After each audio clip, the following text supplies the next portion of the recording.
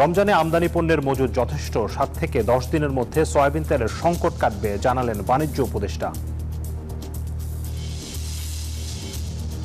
বছরে কোটি টাকা আয় করেন এমন ৬৭% মানুষ করজালের বাইরে, মূল্যস্ফীতি কমাতে চাঁদাবাজি বন্ধের তাগিদ বিশ্লেষকদের। এবং ট্রাম্পের কঠোর অভিবাসন নীতির পথে যুক্তরাজ্য, অবৈধ কর্মসংস্থানের বিরুদ্ধে ব্যাপক অভিযান, টার্গেট রেস্তোরাঁ, পানীয় ও তামাক শিল্প।